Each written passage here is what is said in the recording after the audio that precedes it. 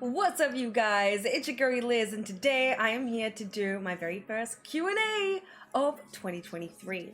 Now the Q&A videos will be releasing every month, so I love doing them. I really do. I have a lot of fun, and it's kind of like a get to know me thing also, and I like for people to understand the kind of person that I am. Alright, so I've got the questions on my phone, and I'll be going through the ones that are worthy, because I've got a lot of ridiculous ones, of course. When are you coming to Kuwait to visit? If I could be there tomorrow, I totally will. I loved Kuwait. I've been there 6 times. I've done 3 events in Kuwait as a guest. I would love to come back as a guest, to be honest, because it's easier for me to get there. I love my Kuwaiti family. I love my Kuwaiti fans. I love Kuwaiti anything. Kuwaiti food, Kuwaiti everything. Everything about Kuwait I love. And I actually lived there for about 8 months. So, yes, I would totally be back, inshallah. What is a game that you were totally hyped to play, but when it came out, it was a huge letdown? Oh god, this happened to me so recently, and it was with Callisto Protocol. Dead Space is my favorite series in the whole wide world. It's literally like one of my top 5 games, top 10. And I had so much faith in the people behind this game because it's like, it's Dead Space. I don't even care if it's Dead Space 4 and it's called Callisto Protocol. Just give me what you've been doing with Dead Space. And honestly, when I played it, I had to return the game. I returned it back as faulty. I returned it back. I had to get my money back because there was no way I was going to let that money be eaten for something that was just not right. Felt ugly. Everything about it felt ugly, and I hate that I missed out. And I know that the game had an update afterwards, but I had to get rid of the game. It was like a hot potato because I didn't want to be stuck with something that I can't enjoy. And it was honestly so disappointing. There are no words to express how I felt about it. It was like one of my most anticipated games. Oh my god, I'm still angry over it. And I know that there's an update that's out for it, but I will wait for that game to become free, only because I just can't justify spending any money on it, because I don't even know how much better the update made it after the fact. So if you were in a video game, would you be a hero or a villain? Damn. I would say I would be the hero. Only because I love games like Dark Souls and Elden Ring and Sekiro, and they're all pretty much heroes. So, you know, to be able to experience a world like that, and to be able to have those kind of powers and to like essentially not die and get through everything that Dark Souls has to throw at you. You know what I mean? Imagine witnessing Star-Scourge Radahn right in your presence, and that meteor coming towards you, and you just dodging that like it's nothing, or you just like call your torrent and off you go. Woo! Can you imagine how cool that would be? Hero for sure. How much foam does it take for you to make a set of armor? Oh, that's a cool question. Honestly, it depends on the amount of armor the costume is required. Like Scorpion, I probably use about, let's just say 4 sheets, maybe 5. Got room for stuff up, so you're looking at about over $100, towards $150 if you're trying to get like dowels and stuff like that. So let's just say 200 for Scorpion, just to be safe. That's not including anything else that I've needed the money to create that for, like fabrics and stuff. But foam wise, I think Artorias probably took me about 10. No, more, because I had to have different thicknesses. So Artorias foam, $600, I would say $600 with different thicknesses and stuff. So yeah, man, it's not a cheap hobby, really. And obviously the price has gone up with everything that you do nowadays. So it's even trickier to get into making costumes, especially if it's coming out of your own pocket. So it's a thing. Here we've got Answer, cutie pie Answer. He looks like a bat. Answer?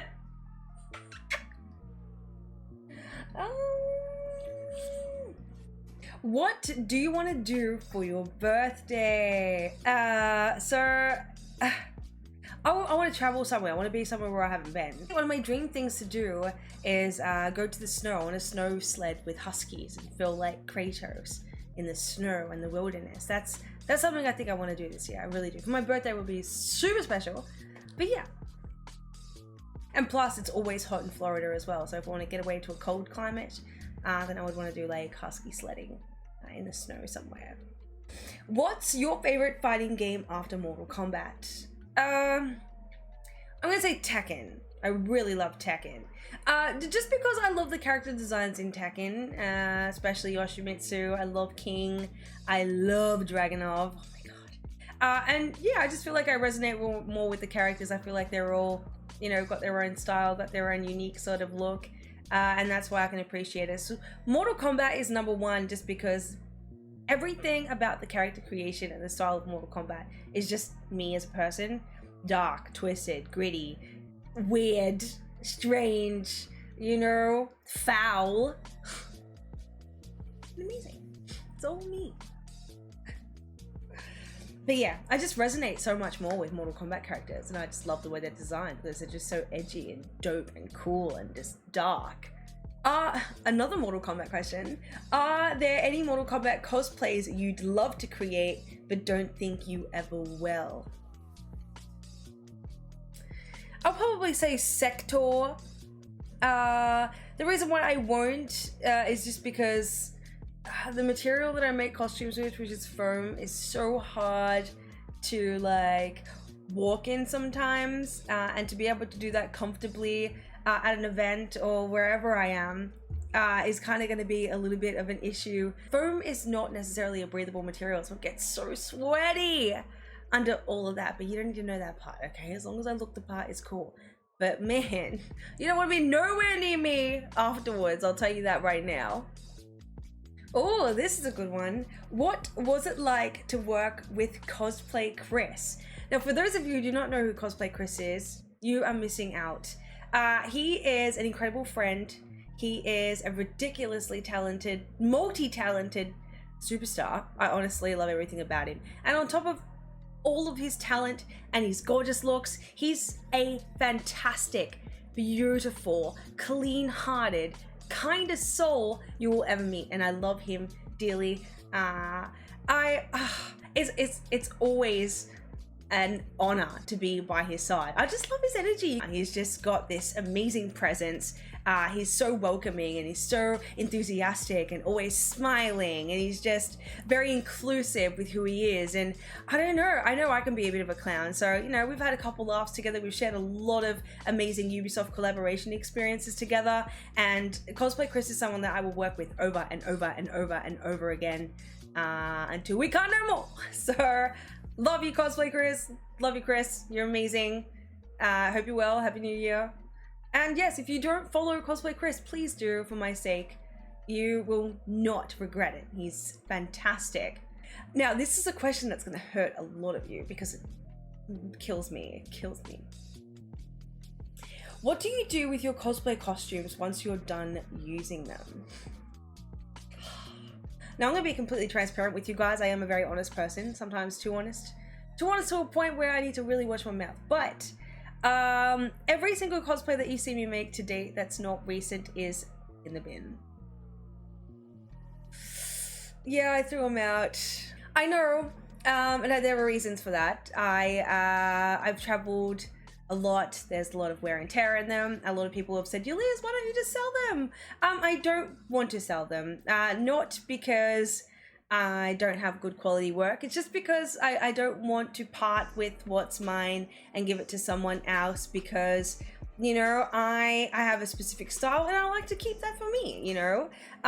And, you know, I've outgrown a lot of things as well, because they were made from years and years ago. And there was this one time I wore a cosplay that I saved for myself for many, many years. And I tried to put it on and it didn't fit like it used to. Oh my god, it hurts for me to admit that. But it's a thing, you know, we all grow, our bodies change. And I threw it out because I was a little upset. And I didn't want to be reminded that, you know, it's this little weird thing, okay? Leave me alone. But yeah, and you know, I don't feel like they are, you know, at a standard where I would like to give it away once all that wear and tear has gone into it, because there are a lot of flaws in my costumes. I'm not perfect at crafting, and when I make certain things, there are a lot of stuff that you probably won't even notice that I do that I'm not comfortable just giving away to be observed and criticized for the unprofessionalism, which, you know, it's in all my creations. So That's that. Oh my god, I can't believe I just said that. Next question. What's your favorite statue? Oh god, I have so many. I'm gonna get on my phone. 1 second. Alright, you guys. I have a classic Sub-Zero statue, and that skull is like my favorite thing ever. Also, the ice ball actually lights up. We have Artorias from Dark Souls, which I love and I adore, and the detail on that is just stunning. Sorry if it's dusty up there, you guys, I'm a bit short. And we also have Sif from Dark Souls Classic also, my little Estus flask that has to be next to it, which is so gorgeous and extremely beautiful. That sword is also massive. Down here we have Kotal Khan, which is extremely detailed, you guys. Please check that out. Like, look at all the cracks on the body paint on him. He's fantastic. Look at him. And we have Isaac Clarke stomping on a necromorph, which is amazing. Look at that. And we've got Brian's Daite Masamune. Beautiful. We've got Lara. Oh my god, I can't believe I even have this. I love this so much. It's such a rare statue, and I'm glad I got it when I did. I've got these ones. Oh, I wouldn't really count those as statues because I like these kind of ones are like what I would consider a statue, like pretty serious. So out of all of these, I would say that my favorite one is Isaac Clarke. Also, another really special thing about this one is also it glows. Whoa, man, I've had this for years and it's still like working. But yes, Isaac Clarke's gonna be my favorite because it was actually one of my very first ones. Creepiest fan encounters. Now, honestly, I've had so many of these that they don't even bother me anymore because I've learned how to be patient and I've learned how to deal with these encounters. I'm a very honest, I'm a very straightforward person, and I will do it in the most friendliest way possible. So, you know, I'm not intimidated by people who step in line because I know how to stand up for myself, and I don't like to make others feel comfortable, even though they should. I just feel like every dog gets their day, and I do believe in karma, and I'll let everyone else work that out. And I'm usually always around other people, so I can throw them to someone else, like, hey, this guy's been a bit annoying, can you fix him up? Yeah, get him away from me, I'm good with that. You know, but nothing that really sticks out because I've just had so many awkward encounters that you kind of forget about them. It's not very memorable at all, so I can't remember, I'm sorry. But again, that's just to show you that these things that happen so often that I don't see them. Even if they are awkward, I'll make it go the way that I need it to. What's your biggest goal of the year? My biggest goal of the year, I have many goals, of course, but my biggest goal for this year that's been dominating my mind is learning how to sew. Yes, I don't sew, believe it or not. Everything that you saw material-wise on my costume has actually all been hot glued on or super glued, whatever makes it stick. You know, I'm very, very persistent with my cosplay creations, even though I know I don't have the talent to achieve it the way I would like to. I will always figure out a way. But I feel like I'm only at 40% of my potential in cosplay making, and I feel like sewing will amp it up to like 60 or 70 even. Because it holds me back a little bit, you know, and I kind of want to avoid hiding behind my intimidation of sewing, even though I've been told it's very much like armor crafting, but there's just something about the machine and getting something wrong, and I don't know, it just feels like it'll be a lot more stressful and more tedious. But I would genuinely love to master it, and then I want to make my own clothes too eventually, you know. Have my own like merch, do my own funky shit, you know, I want to do that. So, sewing. What's your favorite anime series? There are so many, but the one that always pops into my head first is Guts. Berserk, sorry. I love Berserk. I adore Berserk. It's what I live for. And it's actually funny because when I watched Berserk, I wasn't actually into Dark Souls that much. And then when I found out it was from Dark Souls, I'm like, oh my god, like this is fate. I've been a Dark Souls lover my whole life and I didn't even know about it. But I love Berserk. Whew.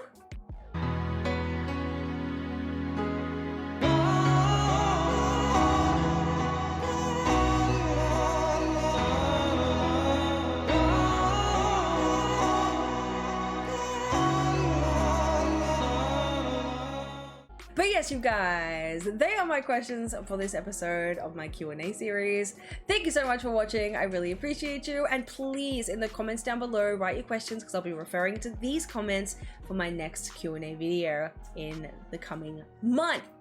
Thank you for watching once again, you guys, and I will see you in my next video. Bye.